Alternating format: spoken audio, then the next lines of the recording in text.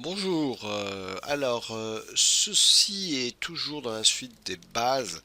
On ne va pas en voir encore comment le déployer avec du XenApp et XenDesktop. En tout cas, juste une petite information sur comment on peut le faire. Finalement, on est en train de présenter le Netscaler, hein, tout simplement.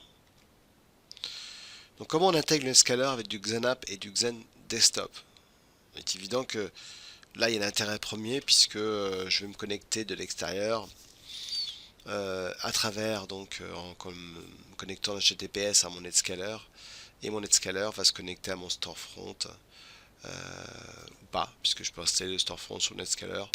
Le storefront va se connecter ensuite au contrôleur, au broker pour voir les applications ou les machines virtuelles que j'ai droit et tout ça en HTTPS, donc ça n'importe où vous êtes dans le monde.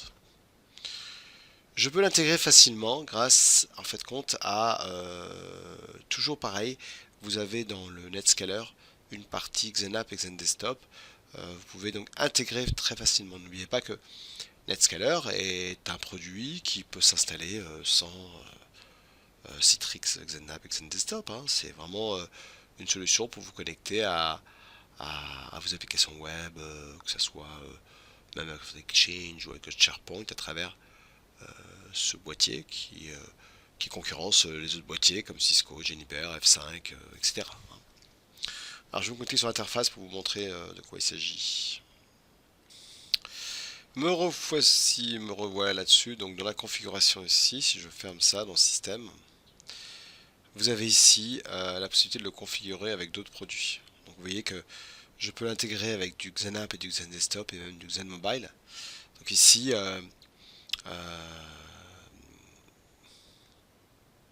voilà, donc je peux facilement l'intégrer à du XenApp et XenDesktop. Ce qui est pratique ici, c'est que vous allez avoir un assistant qui va vous aider à justement configurer le produit pour du XenApp et du XenDesktop. Donc ça c'est quand même pratique. Donc il suffira d'avoir, si vous connectez à travers le Netscaler, il vous faudra donc une adresse publique. Ah bah oui, ça paraît logique, hein. Il faudra un certificat. Il faudra évidemment pouvoir se connecter à l'Active Directory, puisque quand vous allez taper votre login et votre mot de passe sur Netscaler, il va bien falloir que quelqu'un confirme que le login et le mot de passe est bon. Et puis il faudra les informations de votre du storefront pour pouvoir se connecter. Ensuite, on va pouvoir load balancer évidemment les storefronts. Donc là, il faudra l'adresse IP d'un load balancer qui lui va lancer à différents storefronts un certificat, des chemins vers l'agent, et puis évidemment les STA des brokers, hein, ce qu'on appelle les Security Authority, que vous connaissez sûrement si vous venez du monde d'XenApp et XenDesktop. Donc là, quand vous faites Get Started, ici vous avez typiquement euh, comment est-ce que les gens vont se connecter, est-ce qu'ils auront un hop ou deux hops. Donc là, single hop veut dire que j'ai une seule access gateway. Je pourrais avoir une deuxième access gateway en proxy si je veux. Donc là, ici, il va me demander comment est-ce que je vais me connecter. Est-ce que je me connecte à la web interface ou le storefront, hein. Et puis quand je fais continuer, il va me demander l'adresse IP du Netscaler, l'adresse IP publique, hein, évidemment, public, hein, avec un nom de serveur virtuel que je vais mettre. Alors, on va pas le faire maintenant, hein, mais c'est très très simple à mettre en place. Le but c'est qu'on le fasse après, pendant la session. On verra un petit peu comment on se connecte avec du XenApp et XenDesktop.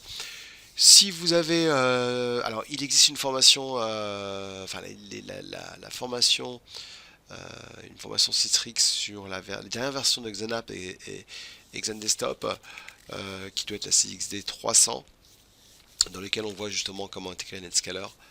Là, on est vraiment sur, on va parler du produit Netscaler pendant toute cette formation. On va parler de XenApp et XenDesktop, mais pas autant que les autres, puisque le but c'est de voir comment est-ce qu'on va pouvoir se connecter à effectivement du Netscaler. On va avoir du Citrix, hein, forcément. On verra comment faire la gestion de charge à travers les storefront, comment load balancer les brokers, même les AD, enfin absolument tout, même les DNS, hein, d'ailleurs, à travers ce super produit. Voilà, donc c'est peut-être une toute petite vidéo, mais juste une petite intro à ce qu'on va pouvoir voir plus tard. Donc intégrer Netscaler du Xanap et du Xendesktop.